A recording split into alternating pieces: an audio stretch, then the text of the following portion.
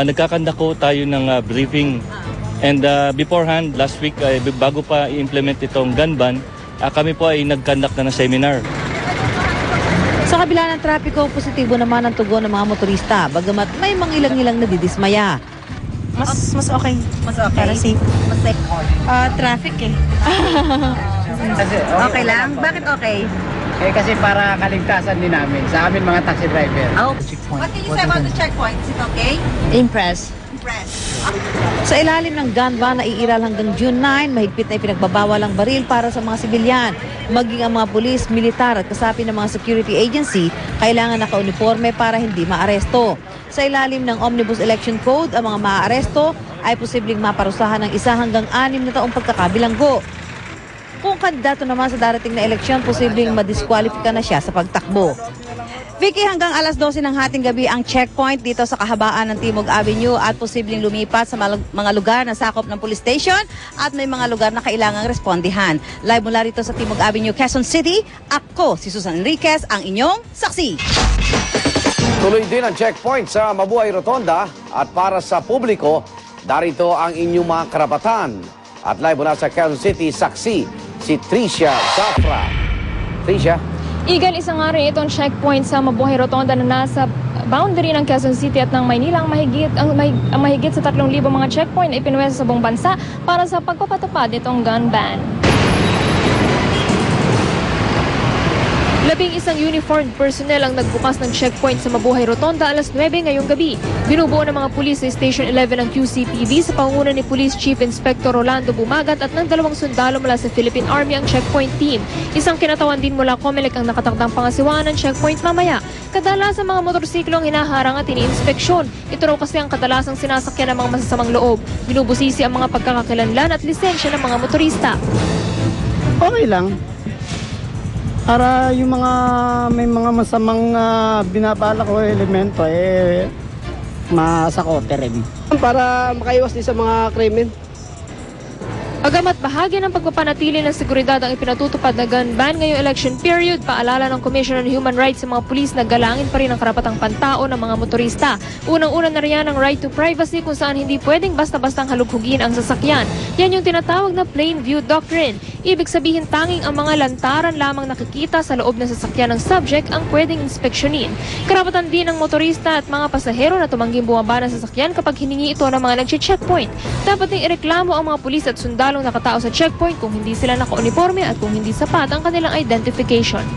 Samantala, Arnold, dahil nga rito sa checkpoint, nagkaroon ng bahagyang pagsisikip ng trapiko rito sa Mabuhay Rotonda kanina pasado. Alas 9 nga, 2 pribadong sasakyan ang nagkabanggaan.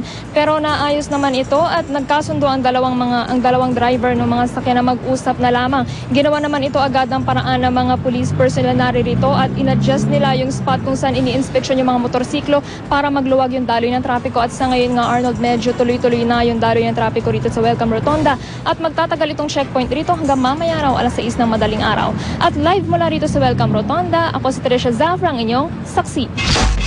Saktong 4 na buwan bago mag-eleksyon at sa paglabas ng panibagong survey, nagpatutsadahan ang pinakamahigpit na magkatugalisa ngayon na sina Senador Noynoy Aquino at Manny Villar. Saksi si Lala Roque. May survey na matino, may survey na nabibili siguro sa Quiapo.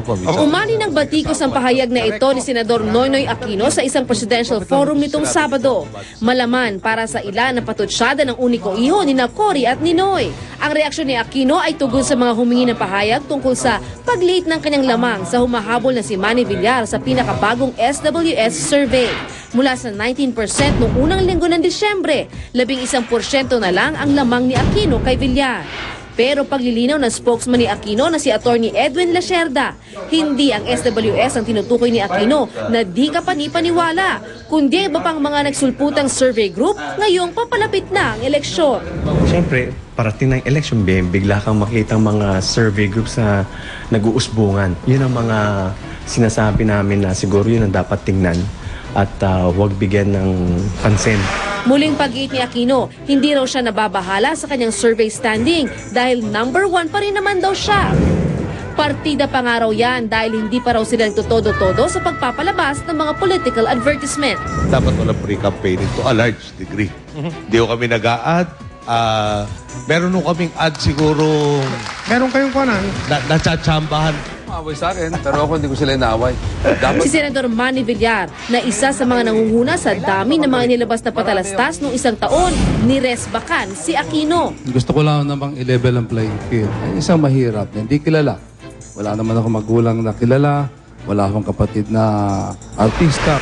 Ayon pa sa kapartido ni Villar, sa Nationalista Party na si Senador Alan Peter Cayetano, hindi raw tamang mabilis na mapikon si Aquino. Answer the question because people deserve to know. Kung ayaw mo sumagot ng diretso sa kahit anong tanong, huwag kang tumakbo for president. Wala nang 4 na buwan bago mag-eleksyon, kaya tingin ng marami, asahang lalo pang iinit ang mga batuhan sa politika. Lala Roque ang inyo, saksi! Sa ibang balita, inalmahan ng mga taga-oposisyon ang pagmamadali umano ng palasyo sa pagpili ng kapalit kay Chief Justice Renato Puno na magre-retiro sa May 17. Katwiran ng oposisyon, dapat nang magparaya si Pangulo Arroyo sa pag-appoint ng susunod na punong maestrado sa magiging bagong Pangulo. Saksi si Chino Gaston. Sa pangamba umanong mababakante ang posisyon ng Chief Justice ng Korte Suprema sa pagretiro ni Chief Justice Renato Puno sa darating na May 17, minamadali ngayon ng mga kalyado ng Pangulong Arroyo ang pagtatalaga ng hahalili sa punong maestrado. Di raw kasi dapat mabakante ang posisyon ng pinuno ng Hudikatura na siyang ulo rin ng Presidential Electoral Tribunal na mangangasiwa sakaling may protesta sa pagkakahalal sa bagong presidente at vice-presidente. You cannot allow that the position of the Chief Justice should be vacant for 43 days. Pero duda ang ilang taga-oposisyon sa motibo ng mga kaalyado ng Pangulo. Mismong saligang batas daw kasi ang naninigurong may hanggang 3 buwan para punuan ang anumang bakanting posisyon sa Korte Suprema.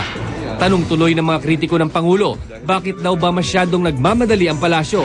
Hindi raw ba dahil may kinalaman ito sa probisyon sa konstitusyon na nagbabawal sa isang outgoing president na tulad ni Arroyo na makapag-appoint pa sa anumang pwesto 2 buwan bago ganapin ang presidential elections? Isa na naman tong paraan para manatiling may impluwensya si Pangulong Arroyo sa mga institusyon, partikular ang Korte Suprema. Matapos pa siyang bumaba, matapos siyang mawalan ng immunity. Katuwiran pa ng ilang taga-oposisyon, dapat nang ibigay ni Arroyo ang benepisyo sa susunod na Pangulo ang pagtatalaga ng magiging susunod na Chief Justice. Kaninang umaga nagpulong na ang Judicial Bar Council sa unang pagkakataon sa taong ito.